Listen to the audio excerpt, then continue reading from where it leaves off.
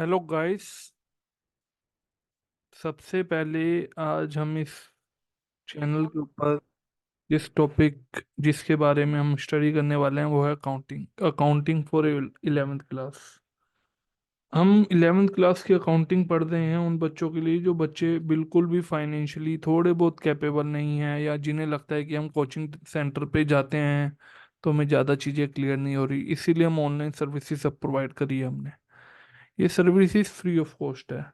Okay, सबसे पहले अब हमें जब स्टडी करनी है तो हमें ये पता होना चाहिए कि हमारे पास है क्या क्या हमने पढ़ना है। बेसिकली 11th की अकाउंटिंग ना बेसिक है, इसमें बहुत ज़्यादा एडवांस लेवल का कुछ नहीं है। लेकिन अगर आपके बेसिक स्ट्रक्चर ही नहीं क्लियर तो आप कुछ नहीं कर सकते।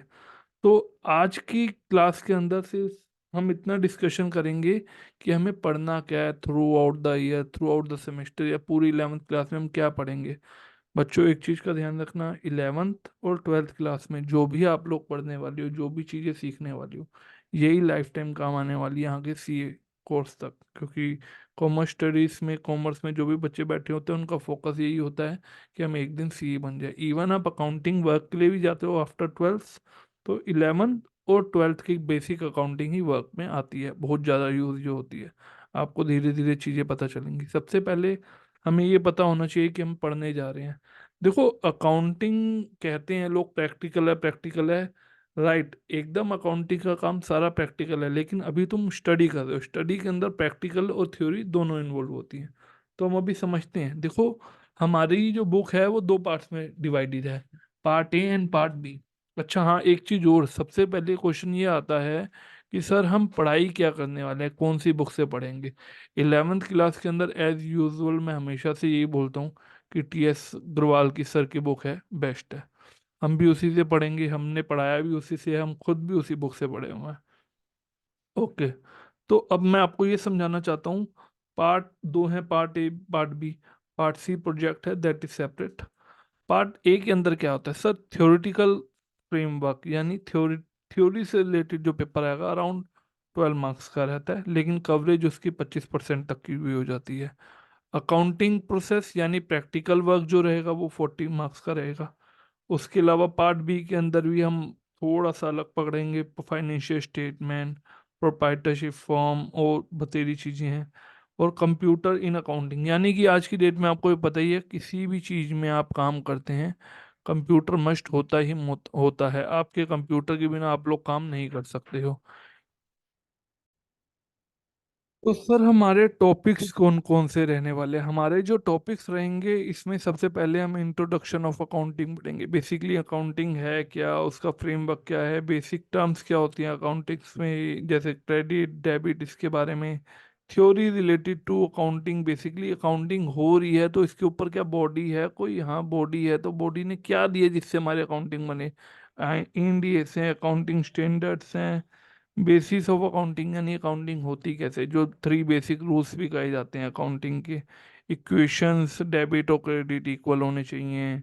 Original transaction, source document, journal entry, ledger, cash books and other book. इसके अलावा हम जीएसटी के बारे में भी पढ़ेंगे। अच्छा, जीएसटी ना प्रैक्टिकल लाइफ से ये सारी चीज़ें इन्वॉल्व हैं। जहाँ पे ये चीज़ आप पढ़ते हो ना, ledger, journal, cash book, other, और ये जीएसटी वगैरह, बैंक रिकन्सिलेशन, डेप्रिसिएशन। प्रैक्टिकली भी अगर आप आफ्टर 12th कोई बच्चा है जो कहता है यार मुझे ना अकाउंटिंग की जॉब मिल जाए मैं कर लूँ, मैंने देखा है, तो प्रैक्टिकली भी वो सारी चीज़ें आपको हेल्प आउट करती हैं।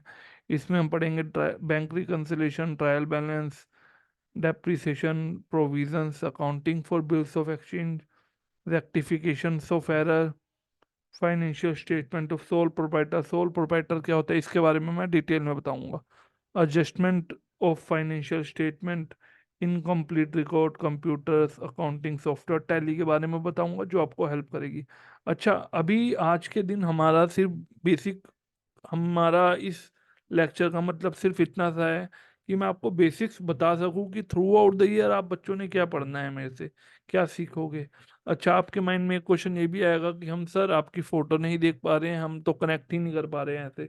ऐसा कुछ नहीं है, सिर्फ फोटो वगैरह इसीलिए नहीं बनाई है। और आपको मैं अपने बारे में बता देता हूँ, मैं काफ़ी अच्छा जाना माना कोर्स करके बैठा हुआ हूँ। आपके कोर्स में जो सबसे ऊपर का कोर्स है वो मैं कंप्लीट कर चुका हूँ।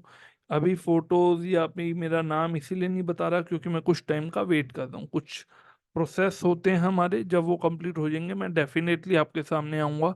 हो सकता है इस ईयर के एंड तक आ जाऊँ, हो सकता है पूरा चैप्टर कराने के बाद कभी आऊँ, लेकिन आपको इस चैनल में कभी ना कभी जरूर मिलूंगा। फिलहाल हम पढ़ाई की तरफ चलते हैं। अगर आप इंटरेस्टेड स्टूडेंट्स हैं तो इस मेरे चैनल को लाइक सब्सक्राइब जरूर करें। आगे इस चैनल में हम और भी अच्छी अच्छी बातें सीखेंगे।